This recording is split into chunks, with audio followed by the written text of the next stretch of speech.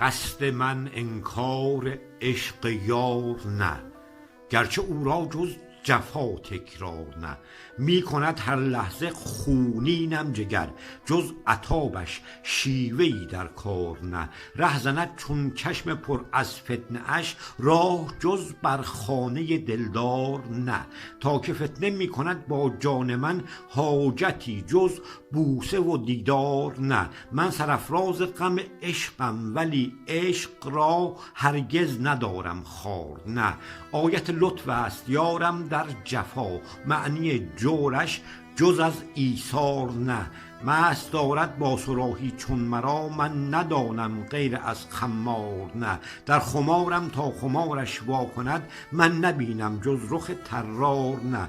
با عیارش تا عیار افزایدم، نیست طالب جز به غم عیار نه.